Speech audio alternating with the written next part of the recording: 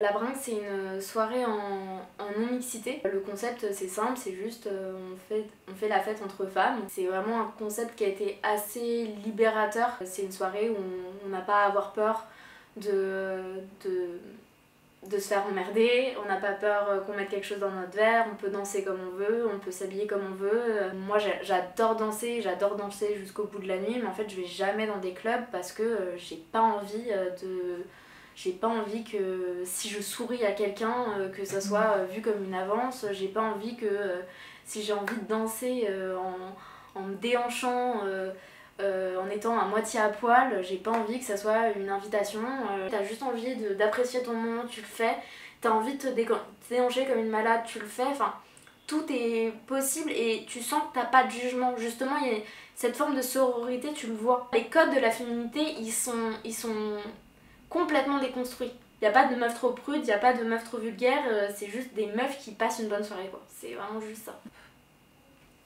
Le 31 octobre, on décide avec mes potes d'aller à la Bringue. Donc la soirée avait lieu à la Villette. Et la salle était assez compacte et du coup j'avais besoin d'air et ma pote avait envie de fumer. Et donc on sort avec ma pote et à ce moment-là on discute et il y a un... Moi je croyais à ce moment-là que c'était un feu d'artifice ou un pétard ou quelque chose comme ça qui vient vraiment au milieu de l'endroit où on est, donc dans cet endroit qui est réservé à la soirée. Il y a un premier tir qui arrive et donc au départ tout le monde se recule. Ça surprend mais ça fait pas si peur que ça jusque là, genre juste ok encore des petits cons. En fait c'est ça je pense qui se passe à ce moment-là dans nos têtes, c'est quelle bande de petits cons qui viennent encore nous faire chier. Et sauf que immédiatement après ça, il y en a un deuxième. Et donc nous qui avions reculé, en fait on recule encore.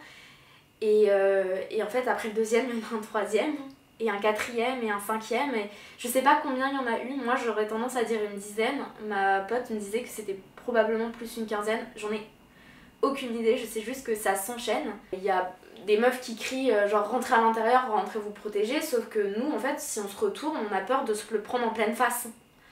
Et surtout que les tirs sont de plus en plus ciblés, de plus en plus sur nous. Et on est un peu bloqué pas un renfoncement, mais un petit peu quand même, parce qu'on a les barrières qui nous bloquent et on a le bâtiment qui nous bloque.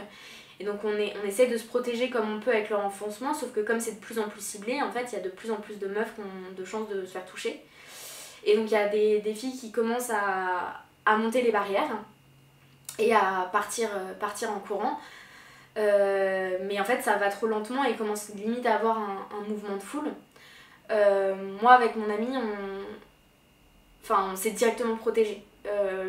Notre premier réflexe à toutes les deux, elle ça a été de faire barrière avec son corps pour moi et moi ça a été d'essayer de la baisser pour me mettre au-dessus d'elle pour la protéger. Tout le monde criait autour, moi j'ai aucun souvenir que ça crie. Par contre ce que j'entendais c'est ne vous retournez pas, vous pourriez vous prendre dans les yeux en fait. Et j'entendais tous les conseils juste vous retournez pas, pas de mouvement de foule et juste j'entendais tous ces conseils mais apparemment ça criait, j'en ai aucun souvenir mais vraiment pas de souvenir de ça. On arrive finalement à enjamber ça et ça se termine à peu près au même moment.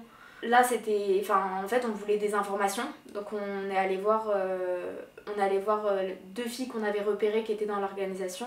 Il y en avait une qui était blessée à la jambe, qui avait été brûlée à la jambe et l'autre qui avait été brûlée à la tête.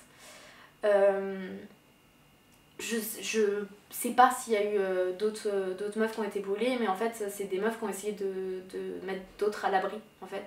Et il y en avait une qui était vraiment sous le choc et elle n'arrêtait pas de répéter à la sécurité, mais moi les mecs je les ai vus, je peux les décrire. Il y en avait 4, il y en avait un avec un t-shirt blanc et je peux les décrire. Mais le mec de la sécurité globalement lui dit que... Enfin, il balaye un peu en fait, il est en mode oui. Et je sais pas si c'est parce qu'elle faisait que de répéter ça, parce qu'elle était sous le choc et en fait ça faisait déjà 15 minutes qu'elle le disait. Je sais pas si c'est parce que il était insensible ou parce qu'il prenait pas la mesure de ce qui s'était passé. Je sais pas, mais moi ça a été un autre événement hyper violent en fait après. Tu vas à une soirée, tu te fais emmerder et tout le monde s'en fout. Tout le monde s'en fout parce que t'es allé à une soirée, tu pouvais te faire emmerder, tu pouvais bien t'en douter quoi. Non, en fait, on s'est fait vraiment attaquer par des tirs de mortier. Je crois que c'était en 2023. Il y a une des bringues à Marseille, si je dis pas de bêtises, qui a été attaquée aussi par un homme qui avait jeté de l'essence sur des bringueuses. Je sais plus exactement ce qui s'était passé, mais je crois qu'ils voulaient rentrer. En gros, les meufs avaient dit, mais en fait, c'est une soirée en non-mixité, dégage, ou quelque chose comme ça. Le mec était revenu après, elle leur avait jeté de l'essence dessus. Je le pressentais déjà que ça allait être un non-lieu, cette histoire de la bringue des meufs se font attaquer. La violence est ordinaire. La violence des hommes envers les femmes est ordinaire. Je crois que les types n'ont pas été attrapés, ou je me trompe peut-être, mais des dernières informations que j'avais lues, ils n'étaient pas attrapés.